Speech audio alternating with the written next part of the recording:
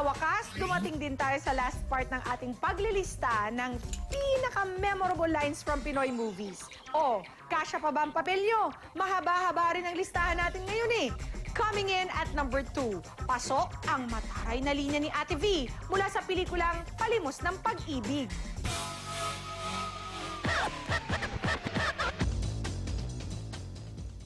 Ang chika, wala naman daw ang linyang ito sa original na script at idinagdag na lamang para pampaanghang sa trailer ng pelikula. Para kang karinderyang buka sa lahat ng gustong kumain. Nung panahon na yun, uso kasi yung mga trailer lines, yung mga pagka nilabas sa trailer, inaabangan ang tao sa sine, tapos may pumapalakpak pa nga pag nobas na yung linyang yun. Yes? Nandito ako para isoli ang batang ito sa kanyang ama. That's a classic Maning Borlasa line. The whole idea na para kang karinderya nakabukas ka ng 24 hours, di ba? Para kang ano, para kang fast food ng mga kainan ng mga call center. Si Direk Maning Borlasa nung araw kasi, kahit hindi siya sumulat ng script, bilib na bilib sa Ate Mina sa kanya noon sa Viva Films na gumawa ng mga linyang pang-trailer, ika nga. Sa kanya galing yung para kang karinderyang bukas sa lahat ng gustong kumain. Mag-asawa si Vilma at saka si Edo Manzano, hindi sila magkaanak. Kumuha ng baby maker si Edu, played by Dina Bonnevie, na unang inalok kay Lorna Tolentino, na tananggan ni Lorna Tolentino, na inggit later on si Lorna Tolentino kay Dina Bonnevie.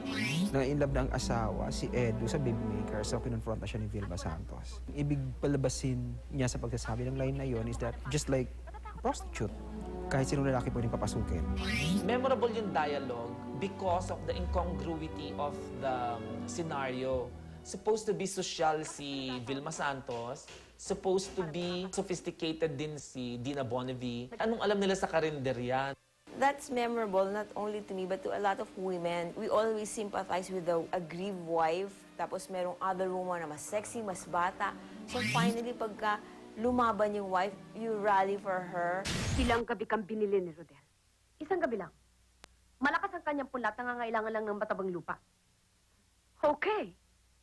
So you're fertile and I'm barren. Pero sa mga pangyayari, para kang karinderyang buka sa lahat ng gustong kumain. At ngayon, dumating na po tayo sa culminating part ng ating paglilista. Pero di tulad ng dati, huwag na tayo mag-recap ng mga nakapasok sa numbers 20 to 2. Diretso na agad tayo sa nanguna. Ang number 1, ang pinaka. At nasa pwestong yan, ang classic line ni Sherry Hill kay Ate Shawi sa pelikulang Bituing Walang Ningning. Siyempre, alam nyo na yun. O game, all together now!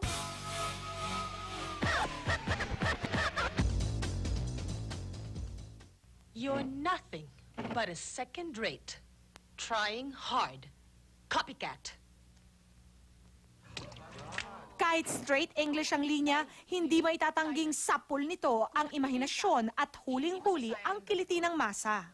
Hindi ko alam kung may hindi nakakaalala sa You're Nothing But a Second Rate Trying Hard Copycat. Very masa. Lahat naman siguro ng tao may idol. Kaya in a way, lahat ng tao ay fan. Kaya from that scene onwards, ang sympathy ng tao ay na kay Sharon Cuneta na dahil inapi siya ng kanyang idol. Siyempre, credit is due kay Sherry Hill dahil sa di malilimutang pag-deliver niya ng classic line nating napiling pinaka.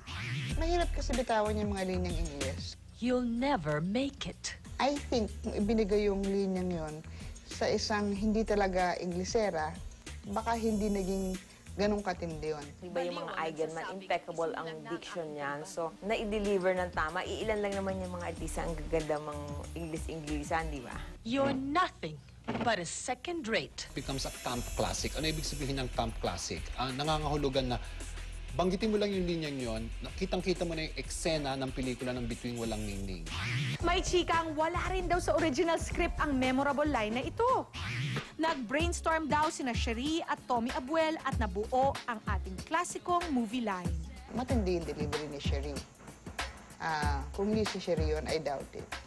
Yung blocking niya, yung damit niya, yung kapal ng makeup niya, yung taray niya, diction, acting, delivery, tapos diba, ang memorable lang naman yan, hindi lang yung sinabi ni Sherry Hill na copycat, pero pati yung pagbuhos ng tubig at pagsalag ni Sharon at pagganti ni Sharon later on.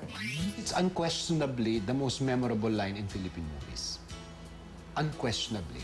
Ewan ko kung ano yung mga sinabi ibang in-interview nyo, pero para sa akin, yun ang number one dahil yun ang pinakatumatak.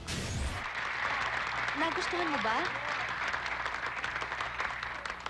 Sinira mo ang kanta. Binaboy mo. Baliw ang nagsasabing isinilang na ang aking karibal.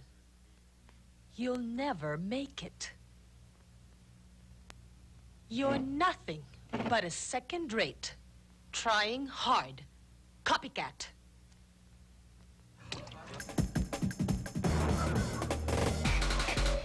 Sa wakas, na kompleto na rin po natin ang listahan ng 20 pinaka-memorable lines from Pinoy movies.